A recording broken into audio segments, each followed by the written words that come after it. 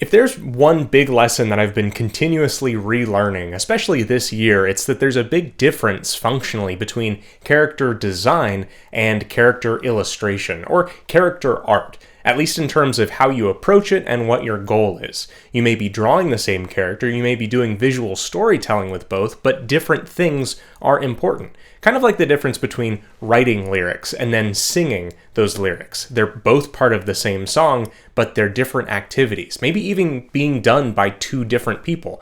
One who maybe can't write and one who can't sing. There's 4 illustrations that I've made in the past month featuring the cast from our cast design series that each have their own lesson to teach when it comes to illustration. Because after you've done all of the work of creating your character, drawing them, iterating on them, don't you want to show them off in the best way possible?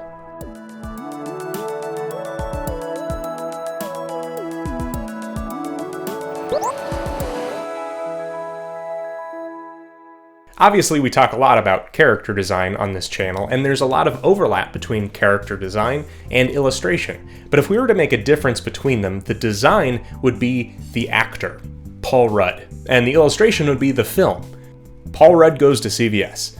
An illustration is a great way to tell a story, to set a scene, to give context, and to give your audience a compelling idea about your character. It's one thing to just show a cardboard cutout of Paul Rudd to people and just insist that he's a really great actor, but it's only once they've watched the Oscar-winning feature film, Paul Rudd Goes to CVS, that they can really be invested, with tears streaming down their face. So illustrations need to have purpose. The question that you always need to ask is, what is your quest? What is your purpose for this illustration?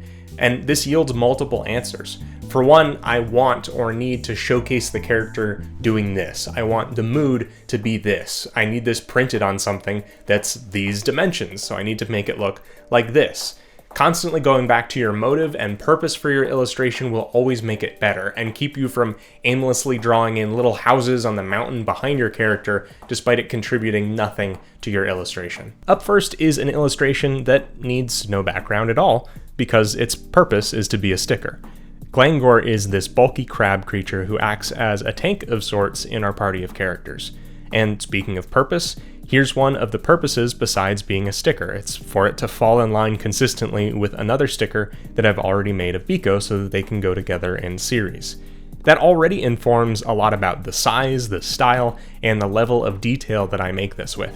Of course, you can see the design that I started with on the left there of Glangor simply standing still, but our illustration needs to have a dynamic running pose.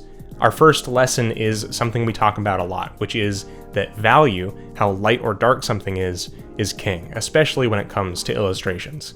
Of course, all colors have value, and when you have contrasting values next to each other, they call attention to themselves, and similar values tend to blend together.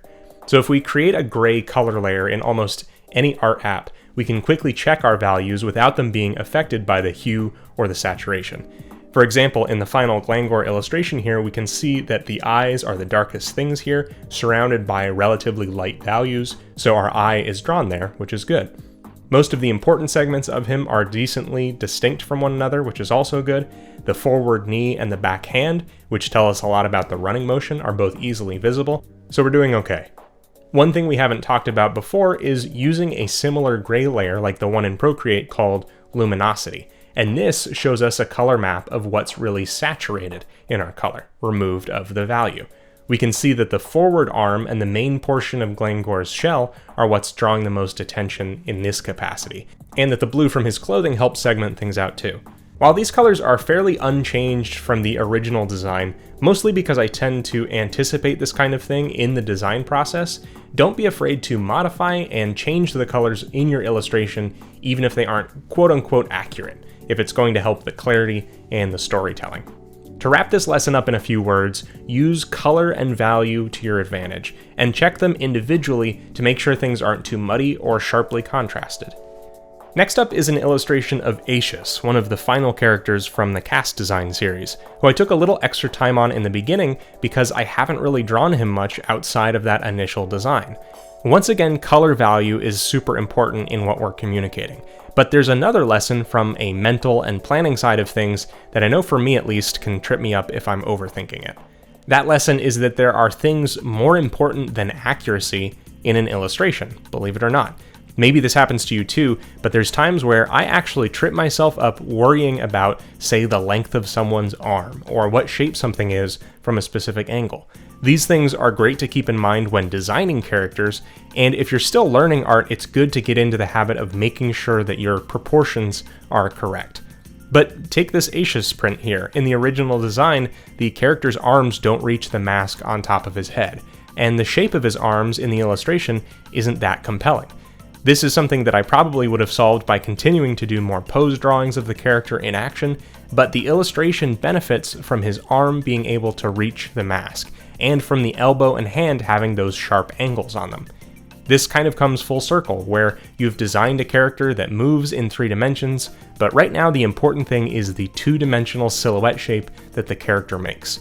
A little bit confusing, but it really helps not to bind yourself to hard and fast art rules in these situations, and instead rely on principles and ultimately what's going to look best. The correct thing for me to do in this situation would have been to maybe hunch the head down so that it could reach the hands, but then you'd lose the nice tall arc of the neck and the confidence that your character gives off. So to wrap this lesson up in a few words, exaggerate and check your silhouettes, and don't get too hung up on rules that you've made for yourself. For the third illustration and lesson, we have Biko, and the purpose of this illustration was experimental. Among other things, I wanted to improve my gesture and work on rendering something in gouache. And the lesson here from the beginning is all about gesture. Notice that there's one really strong arc throughout Biko here, and every part of him is reacting to it. So not only is it smooth and tense on one side, but the opposite is happening on the other side. Lots of complicated bumps and creases to contrast the character. I really tried to base everything here off of that one arcing motion. And if you've got an existing character, try to choose a pose that plays well to their existing shapes, and draw everything to support that pose. Like I did here, start small with large strokes in your sketch so that it's easier to control the overarching shapes and motion. And again, check the silhouette and break things if need be in order to aid the gesture. Finally, we have an illustration you've probably seen from me before of honestly my favorite character from Biko's supporting cast, and that's Quilver. Quilver is a marksman shooting his own quills, and I wanted a really dynamic pose with perspective and depth. And almost as a continuation of our Glangor lesson about value and color, and a continuation of our Acius lesson about rule following, one of my favorite things with this Quilver illustration has to do with using light to our advantage and messing with what might be the rules of color in our illustration. By adding the blue rim light that I do toward the end of the illustration, as well as fading certain elements like this back leg and arm with blue mist, Quilver pops forward with dimension, and the strongest motions of his pose come through.